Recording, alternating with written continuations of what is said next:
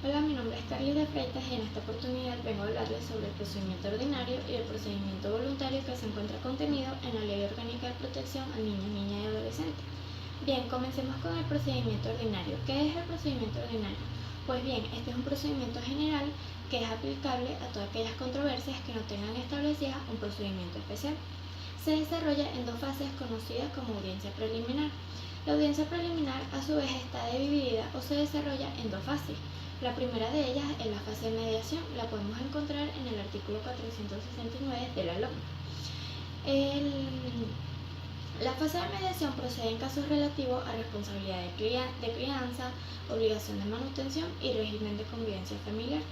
Al inicio de la audiencia preliminar, el juez, quien es un juez de mediación y sustanciación, debe explicar a las partes en qué consiste la mediación y cuál es la finalidad de esta. El juez es también quien lleva la dirección y el desarrollo de la mediación y debe actuar, por supuesto, de manera imparcial. Se lleva a cabo una audiencia que debe ser privada, con la asistencia obligatoria de las partes, y si éstas no pueden acudir, pueden enviar a sus apoderados en representación de ellos. A pesar de que vemos la figura de los apoderados aquí, en esta fase, en esta parte o en esta etapa de la mediación, no es obligatoria la asistencia de los abogados.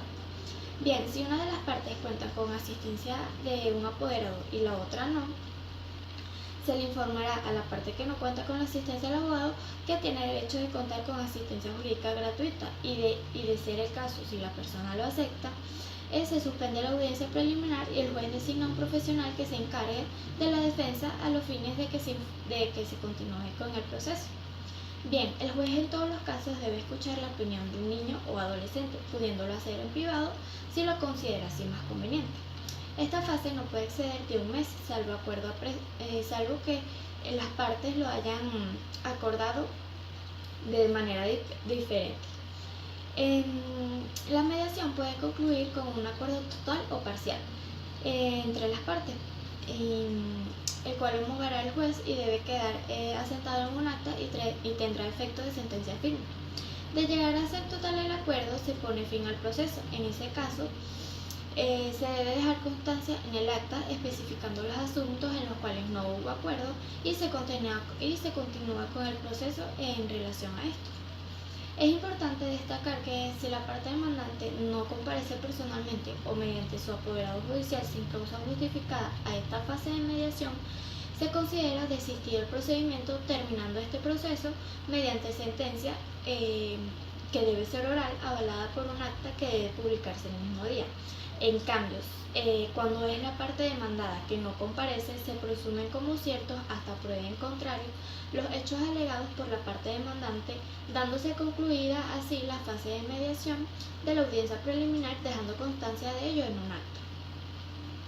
Una vez concluida la fase de mediación, el Tribunal de Protección debe fijar por auto expreso día, hora e inicio de la fase de sustanciación. Dentro de los 10 días siguientes, la parte demandante debe consignar su escrito de pruebas y la parte demandada debe consignar su escrito de contestación a la demanda. A partir de esto se da inicio a la fase de sustanciación, que es la segunda fase del procedimiento ordinario. Bien, la fase de sustanciación se lleva a cabo en el día y hora señalados por el Tribunal de Protección de Niños y Niñas Adolescentes. A diferencia de la fase de mediación, esta se realiza de manera pública y también es presidida por el juez de mediación y sustanciación, quien al igual explica a las partes cuál es la finalidad de la misma.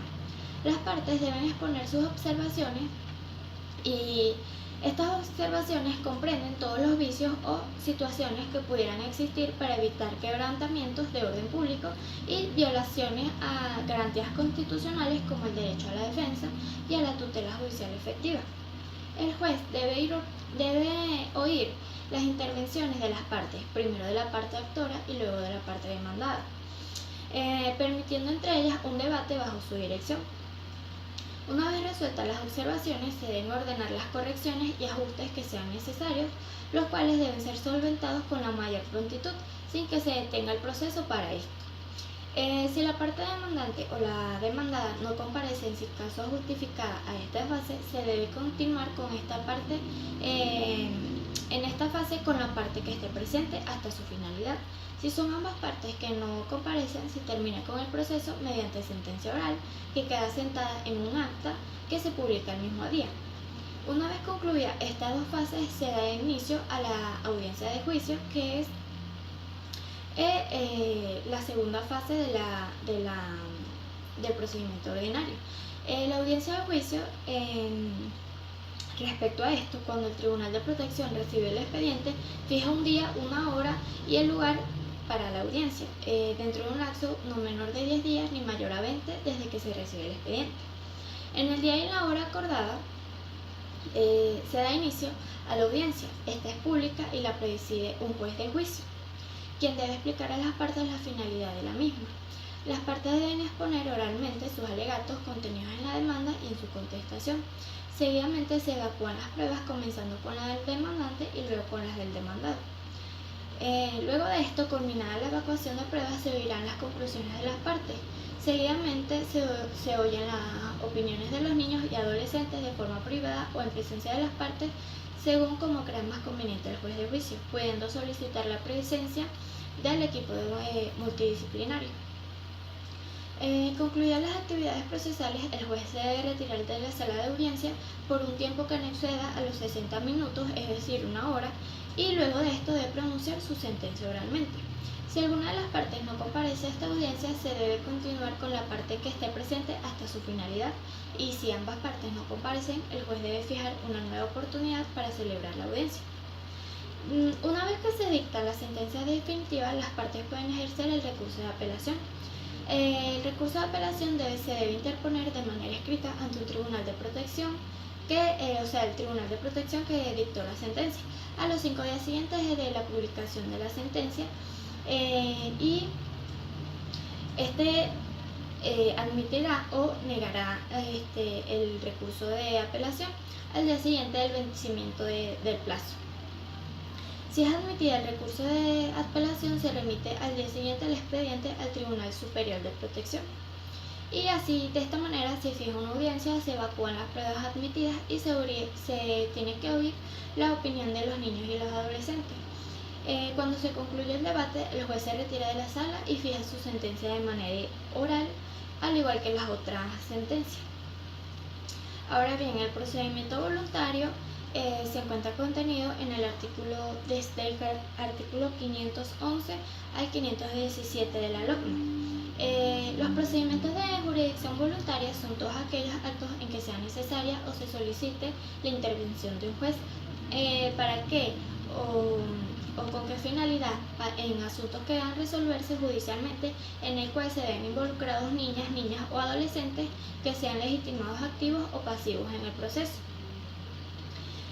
Los asuntos de familia de jurisdicción voluntaria se encuentran establecidos en el artículo 177 de la LOCMA. ¿Cuáles son? Administración de bienes y representación de hijos e hijas, procedimientos de tutela, remoción de tutores, curadores, protutores, miembros del consejo de tutela, curatelas también. Otros casos como autorizaciones requeridas para el matrimonio cuando uno o ambos de los contrayentes sean adolescentes, autorizaciones requeridas por los padres, por los tutores, por los curadores. También está el caso de autorizaciones para separarse del hogar cuando haya niños o adolescentes, para la separación de cuerpos, en el divorcio de conformidad a lo que establece el artículo 185A del Código Civil cuando haya niños o adolescentes. Muy importante, homologación de acuerdos de liquidación o partición de la comunidad conyugal, títulos supletorios, justificativos para perpetuar memoria o cualquier otra naturaleza a fin de jurisdicción voluntaria que tenga que resolverse judicialmente. El procedimiento de jurisdicción voluntaria, como ya lo nombré, se encuentran establecidos del artículo 511 al 517 de la LOCMA. En este tipo de procedimientos solo se lleva a cabo una audiencia y se rige por el proceso establecido para la audiencia preliminar. Y el juez de mediación y sustentación es el competente para evocar las pruebas y dictar su determinación sobre el asunto en que se ha solicitado. Al igual que en los otros casos, la no comparecencia del solicitante a esta audiencia se considera desistido del desistimiento y termina mediante decisión oral. Y si las personas notificadas en el procedimiento no comparecen, la audiencia continúa hasta cumplir con su finalidad.